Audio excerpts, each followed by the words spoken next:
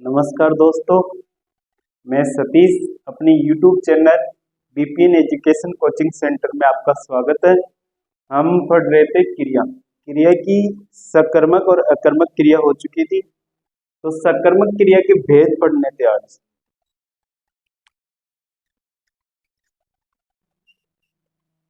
क्रिया किसी कार्य का करना या होना पाया जाता है, उसे क्या बोला जाता है? क्रिया। कल हम पढ़ चुके थे कार्य का होना या करना पाया जाता है, वही क्या है? क्रिया। सकर्मक और अकर्मक क्रिया पढ़ चुके थे। अकर्मक क्रिया में क्या है? कर्म की आवश्यकता नहीं रहती, और सकर्मक में क्या है? कर्म की आवश्यकता रहती है। इसमें नहीं रहती किसकी? कर्म की आवश्यकता। इसमें कर्म की आवश्यकता।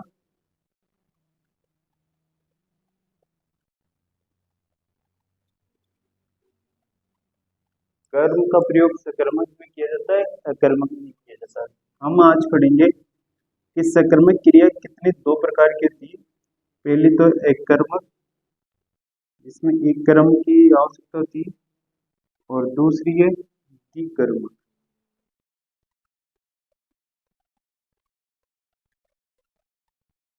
तो आज पढ़ेंगे अकर्मक और द्विकर्मक।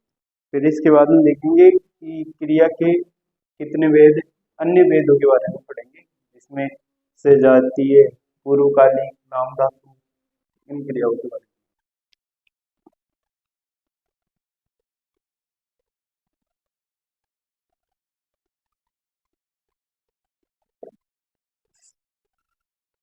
सकर्मक क्रिया डाल सकर्मक क्रिया के दो वेद।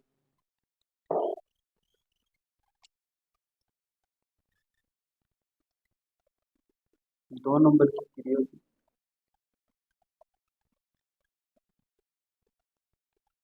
सकर्मक क्रिया।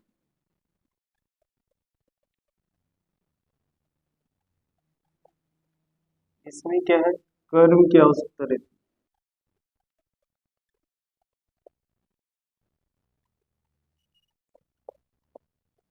कर्म का प्रयोग किया जाता है।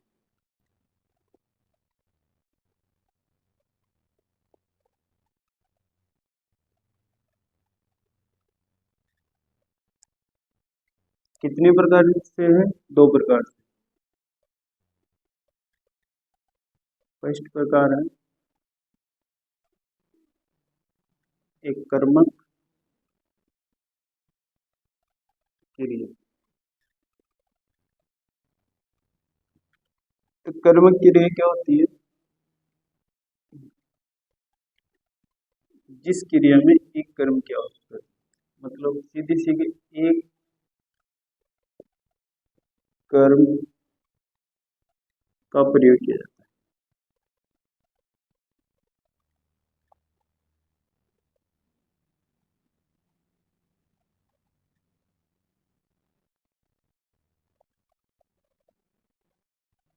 कि एक कर्म का प्रयोग किया जाता है।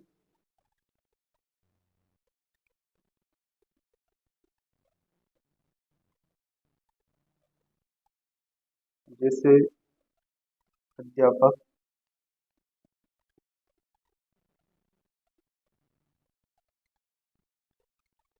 अध्यापक ने हिंदी पढ़ाया या हिंदी पढ़ाई।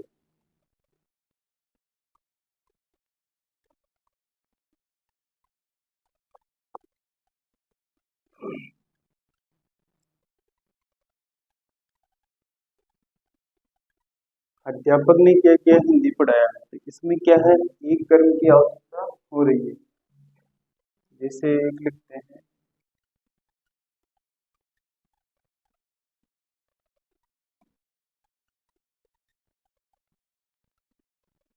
रमेश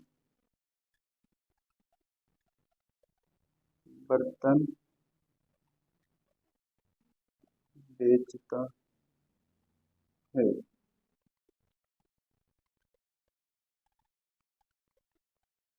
कनक बर्तन खरीदती है। तो इसमें क्या है, एक कर्म का प्रयोग किया गया है। क्या बेचता है, क्या पढ़ाया गया, इसमें क्या है, एक कर्म का प्रयोग किया गया है। यह है एक कर्म की।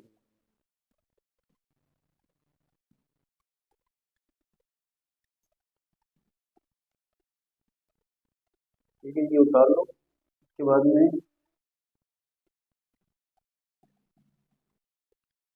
और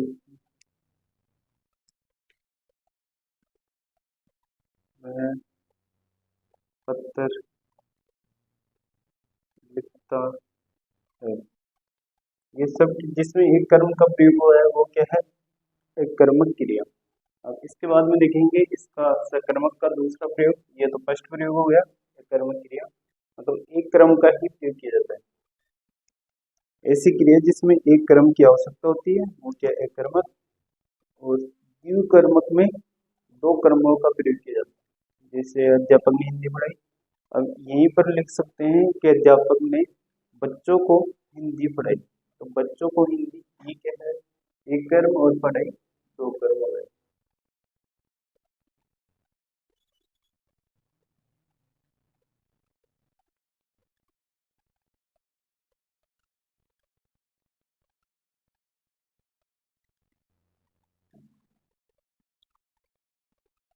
अब दूसरा प्रकार देखते हैं।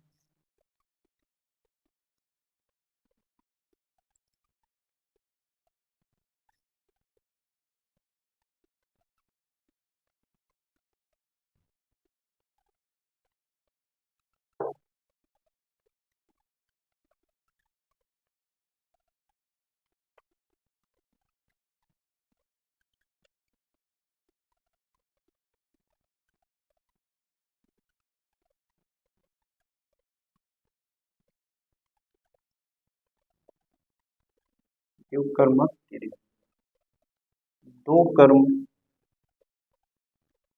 दो कर्म की आवश्यकता, दो कर्म की आवश्यकता मान लो, दो कर्मों का प्रयोग किया जाता है। द्विव कर्मक में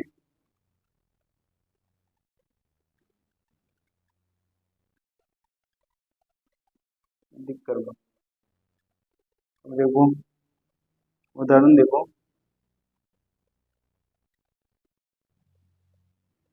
अध्यापक ने बच्चों को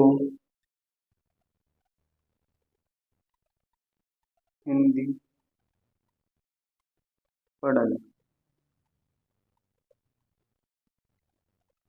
तो ये क्या है, ये तो एक कर्म हो गया। अध्यापक का एक कर्म क्या हुआ कि बच्चों को पढ़ाना है। दूसरा क्या है कर्म, कि बच्चों को पढ़ाया गया है, कौन सी, हिंदी विषय।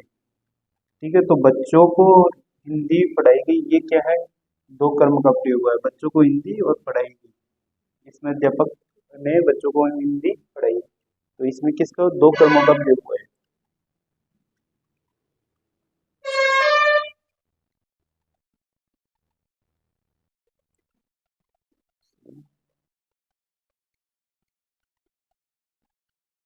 कनक ने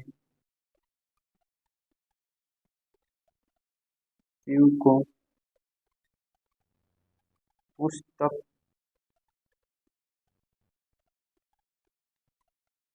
भेंट की। तो इसमें क्या है, कनक में क्या क्या है कि शिव को पुस्तक भेंट की। तो दो कर्म की का प्रयोग किया गया है कि कनक ने शिव को क्या दी, पुस्तक।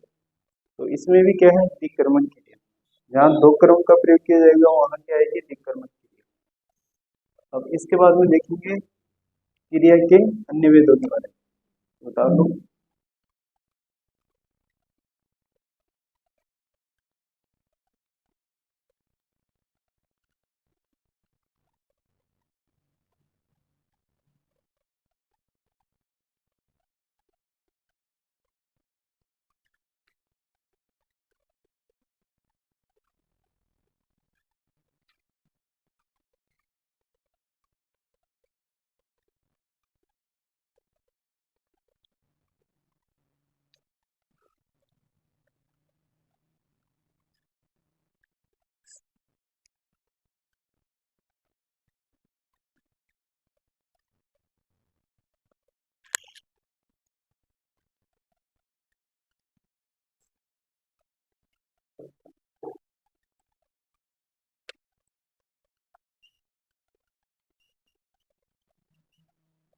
क्रिया के अन्य भेद।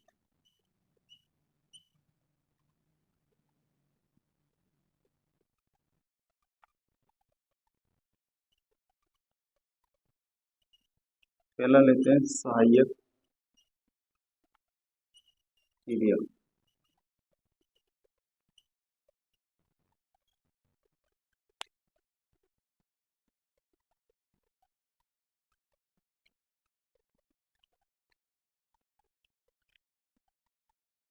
इसमें क्या रहता है, सहायक क्रिया में जो मुख्य क्रिया आती है,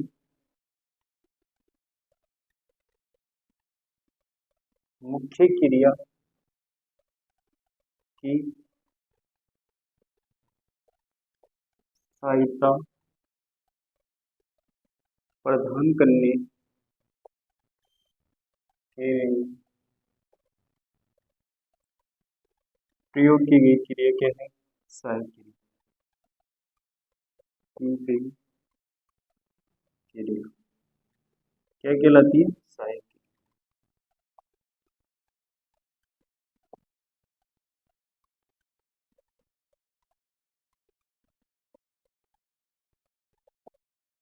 मुख्य क्रिया की सहायता प्रदान करने के लिए जो प्रयोग की गई है, उसके साथ में जो क्रिया वही क्या है, सहायक क्रिया।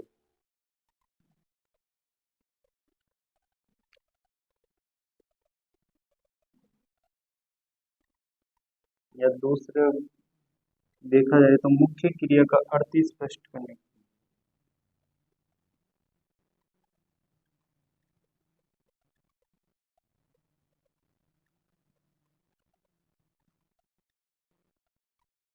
स्पष्ट करने के लिए जिस क्रिया का प्रयोग किया गया है वही क्या है, सहायक। मुख्य क्रिया की सहायता या मुख्य क्रिया का अर्थ स्पष्ट करने के लिए जिस क्रिया का प्रयोग किया गया है वो क्या है, सहायक क्रिया। अब जैसे कैसे, इसमें क्या है, एक अध्यापक पढ़ा गए हैं, एक ले लो, बारिश धीरे धीरे हो रही है।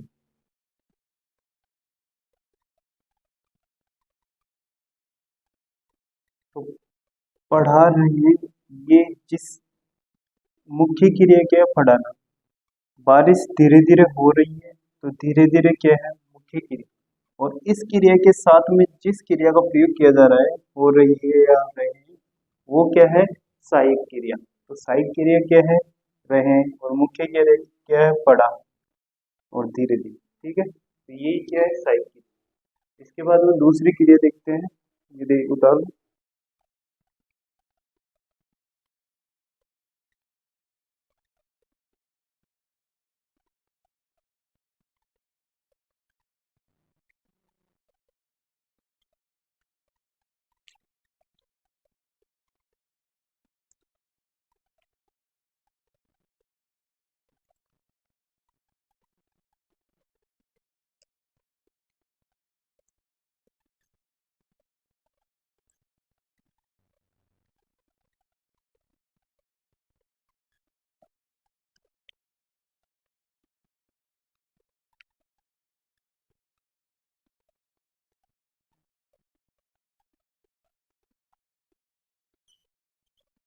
पूर्वकालिक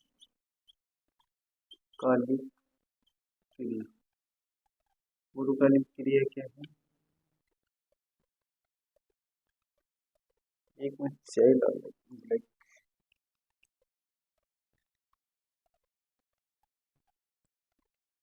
तो पूर्वकालिक क्रिया क्या है,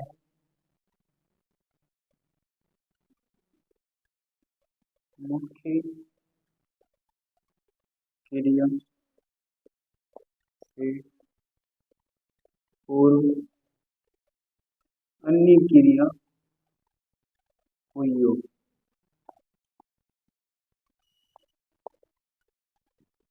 मुख्य क्रिया से पहले अन्य क्रिया का होना पूर्वकालिक क्रिया। या बोला जाए अपन कि एक क्रिया से पहले या फिर मुख्य क्रिया से पहले जो क्रिया हुई है वही क्या है,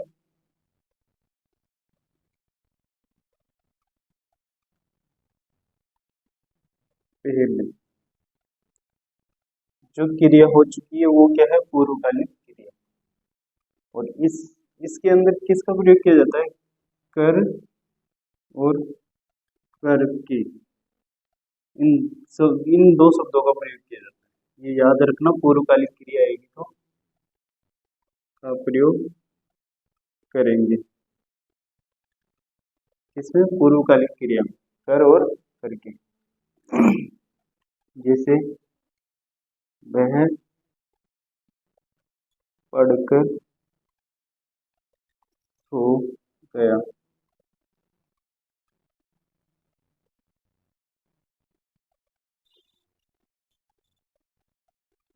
वह खाना खाकर बैठ गया।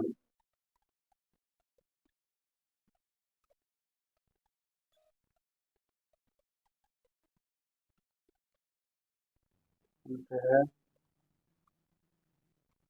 घर पर आकर चला गया।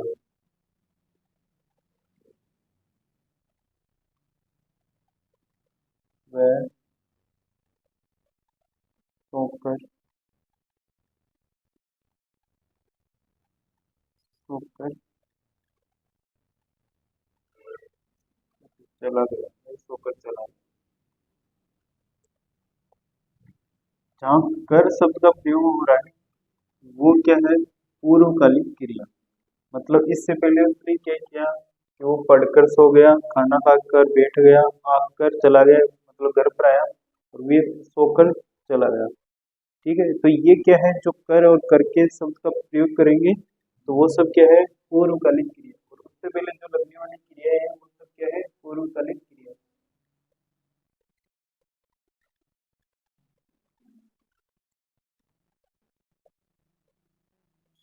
पानी पीकर बैठ गया। ये सब क्या है, पूर्वकालिक क्रिया। तो पूर्वकालिक क्रिया में एक चीज ध्यान रखना है कि मुख्य क्रिया से पूर्व अन्य क्रिया का प्रयोग होगा। जो मुख्य क्रिया है उससे पहले और क्या है कि कर और करके शब्दों का प्रयोग किया जाएगा।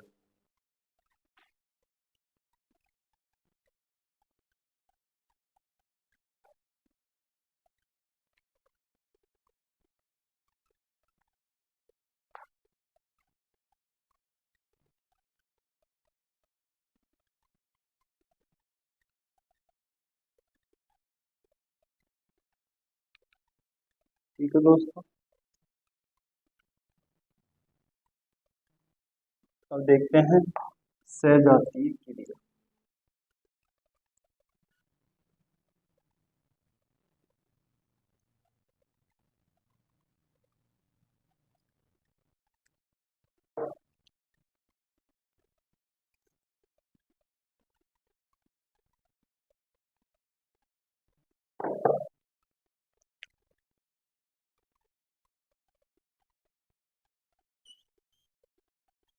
सजातीय क्रिया।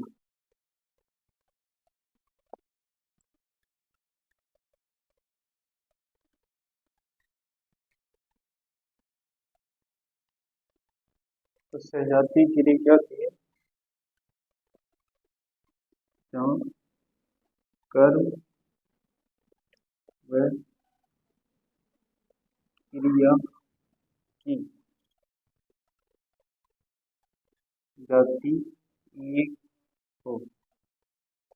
मतलब जहाँ कर्म व क्रिया की जाति एक हो वो क्या है, सजातीय क्रिया। जैसे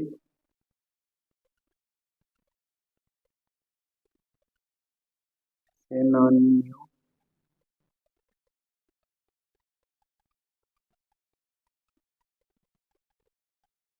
ने अनेकों लड़ाइयाँ लड़ी, अनेकों लड़ाइयाँ लड़ी। तो ये क्या है, कर्म और क्रिया की जाति एक हो। तो क्या है, इसमें कर्म और क्रिया की जाति एक क्या है, सेनानियों ने अनेकों लड़ाइयाँ लड़ी। तो इसमें क्या है, सजातीय क्रिया।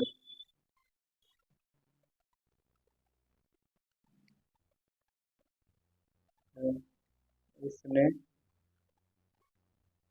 पर्वत पर चढ़ाई चढ़ी।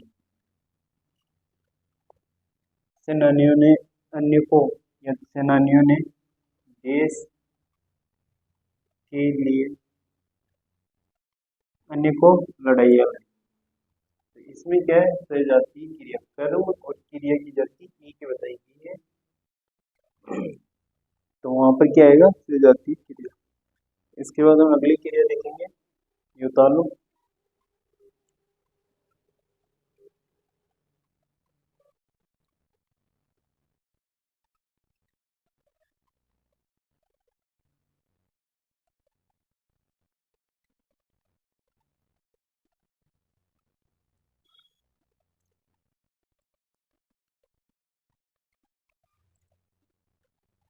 इसके बाद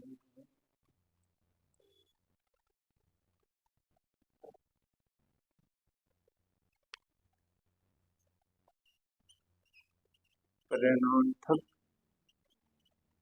क्रिया।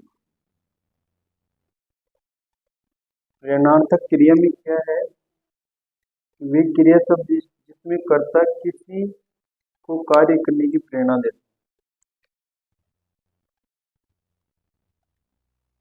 कर्ता किसी को कार्य करने की प्रेरणा देता है।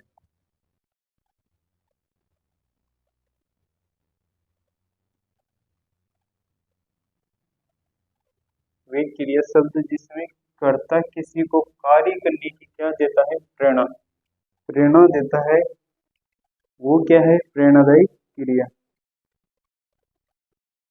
जैसे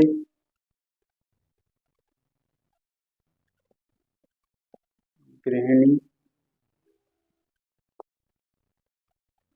नौकर से कपड़े धुलवाती है। तो गृहिणी नौकर से क्या कर रही है, कपड़े धुलवाती है। इसमें क्या है, क्रिया के द्वारा,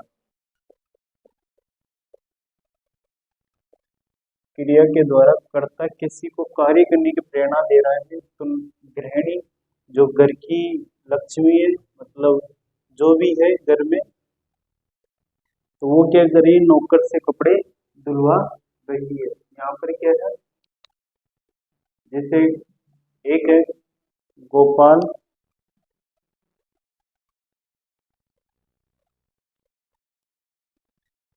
कृष्ण को हंसाता है, और ऐसे आ जाए गोपाल और कृष्ण हंसता है।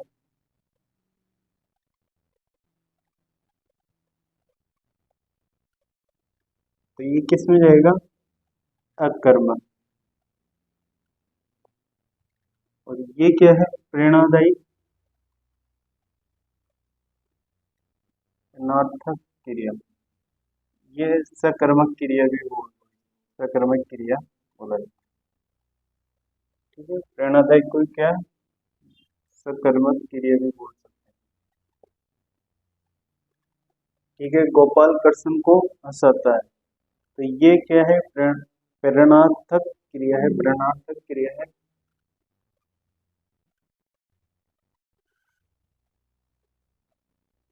अब लास्ट पढ़ लेते हैं क्रिया, और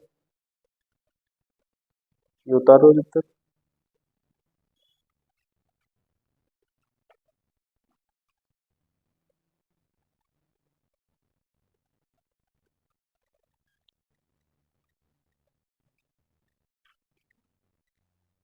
लास्ट क्रिया कौन सी है? नाम धातु क्रिया। धातुओं के बारे में हम पढ़ चुके थे।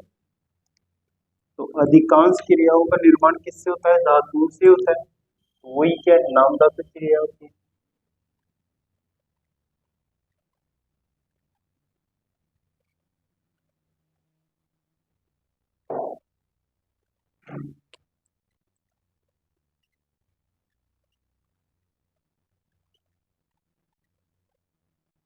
नाम धातु क्रिया। तो इसकी डेफिनेशन कैसे समझे? तो अधिकांश अधिकांश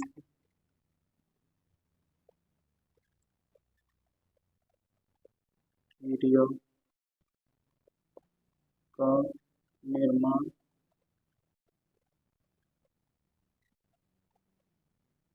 धातु धातु से किया जाता है।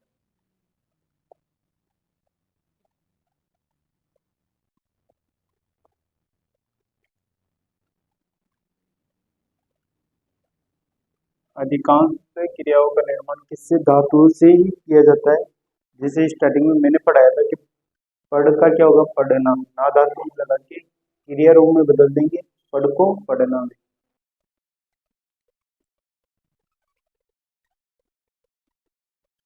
जैसे चल, आ, खा, पी, ये क्या है? धातु। क्रिया रूप इनका क्या होगा? चलना,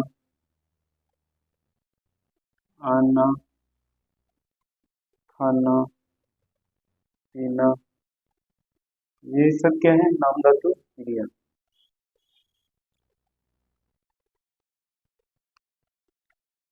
कुछ एक क्रिया भी कैसी है जो संज्ञा, सर्वनाम और विशेषण से भी होती है।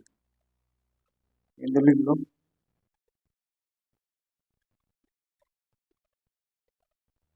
कुछ क्रियाएं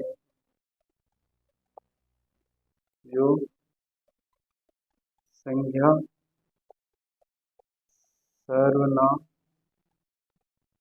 और विशेषण से भी की जाती है। तो संज्ञा, सर्वनाम और विशेषण। संज्ञा शब्द, सर्वनाम शब्द और विशेषण शब्द, इनसे भी नामधातु क्रियाओं का निर्माण किया जाता है। जैसे संज्ञा, संज्ञा शब्द में हाथ ले लेते हैं, लात और बात, ये क्या है? संज्ञा शब्द। इधर सर्वनाम में अपना और विशेषण घर। आपको हाथ से क्या होगा? हथी याना। लात से क्या होगा? लत्ती याना। बात से क्या होगा? बत्ती याना। ये क्या नाम धातु में प्रयोग कर रहे हैं? संज्ञा, सर्वनाम और विशेषण। अपना से क्या होगा? अपना ना, अपनाना। गर्म से क्या होगा? गर्माना। तो ये क्या है? कुछ क्रिया जो संज्ञा और सर्वनाम विशेषण के अनुसार भी बदलती है, वो आपको बता दिया। जो नाम धातु क्रिया में क्या अधिकांश क्रियाओं का निर्माण धातु से ही किया जाता है, ये हमने स्टार्टिंग में भी पढ़ा था। और जैसे चल का क्या होगा? चलना। और इसमें क्या लगा हुआ है? ना, ना लगा हुआ है, ना प्रत्यय। आ से आना, खा से खाना, पी से पीना। ठीक है दोस्तों, ये हमारी क्रिया का टॉपिक आज समाप्त हो गया है। जो हमने पढ़ा था क्या? अविकारी, विकारी। तो विकारी शब्द में संज्ञा, सर्वनाम, क्रिया और विशेषण पढ़ चुके हैं। अब जो चलेगा अगला टॉपिक वो अविकारी शब्दों में से चलेगा, जो 4 प्रकार के होते हैं। तो अगला टॉपिक क्या चलेगा? अविकारी शब्दों का। ठीक है दोस्तों, तो अगला टॉपिक देखेंगे अविकारी शब्दों का नेक्स्ट क्लास में। ये क्लास यहीं पर विराम देते हैं इस क्लास को। तब तक के लिए हमें दीजिए इजाजत। जय हिंद, जय भारत।